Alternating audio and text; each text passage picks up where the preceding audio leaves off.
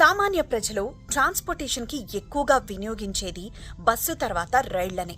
అయితే ఈ మధ్య కాలంలో రైళ్లు ఎప్పుడూ రద్దీగానే ఉంటున్నాయి. కనీసం టికెట్లు కూడా దొరకట్లేదు. అందుకనే ఈ ప్రాబ్లం ని సాల్వ్ చేయడానికే తత్కాల్ టికెట్లను ఇంట్రడ్యూస్ చేశారు. అయితే ఈ మధ్య కాలంలో తత్కాల్ టికెట్లు దుర్వినియోగం చేయబడుతున్నాయి.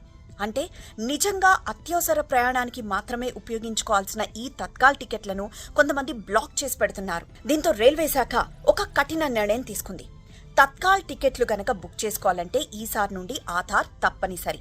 అంటే ఆధార్ ధృవీకరించబడిన వినియోగదారుడు మాత్రమే జూలై 1, 2025 నుంచి తత్కాల్ టికెట్లను బుక్ చేసుకోగలడు. దీని ద్వారా తత్కాల్ టికెట్లు ప్రాపర్గా ఉపయోగపడబడతాయి. అంటే ఒకవేళ నేను రేపు ట్రావెల్ చేయాల్సింది, అత్యవసర ప్రయాణం కాబట్టి ఈ రోజే నేను బుక్ చేసుకోవాల్సిన పరిస్థితి.